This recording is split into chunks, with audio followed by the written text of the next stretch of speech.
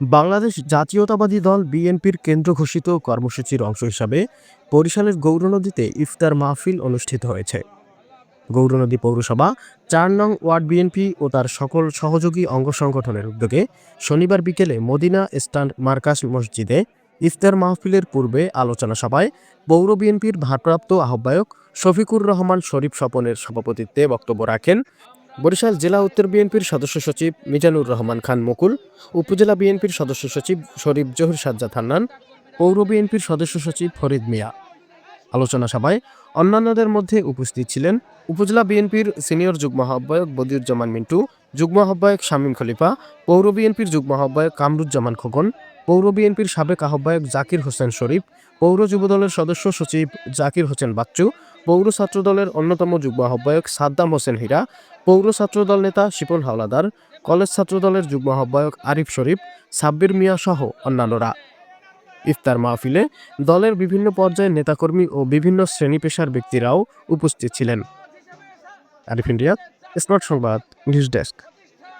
জন্য কিছু পত্র পত্রিকা রয়েছে যেখানে আপনাদের বিরুদ্ধে শিকারু রূপে মিথ্যা নিউজ প্রতিদিন ছাপা হচ্ছে। এ কারণে আপনাদের ভিতরে ঐক্যবদ্ধ ফাটল যাতে না ধরে, যাতে আপনাদের ভিতরে গ্রুপিং না হয়। কিন্তু গৌরনদীর দিকে আমরা তাকালে দেখতে পাই যে বাংলাদেশ জাতীয়তাবাদী দলের সাংগঠনিক কাঠামো ভেঙে একজন রাজনৈতিক নেতা যারা বিগত দিনে রাজনীতির নেতৃত্ব দিয়েছে বলে দাবি করে এমন নেতারা বিভিন্ন জায়গায় ইফতার পার্টির ব্যবস্থা করেছে।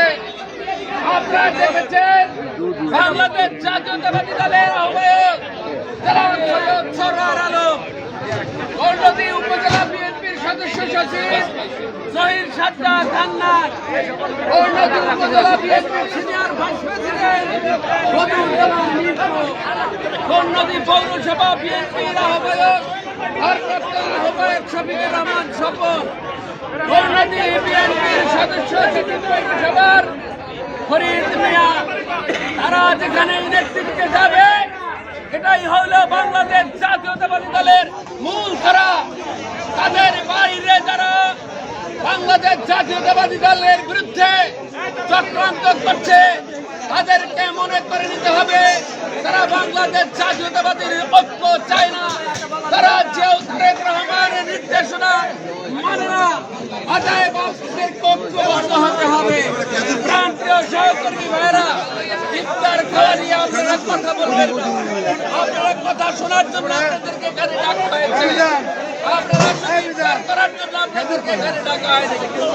আপনারা কথা শুনবেন এবং এই কথাগুলো কি আপনাদের বাড়িতে যারা মা বোনরা রয়েছে তাদের কাছে পৌঁছে দিবেন।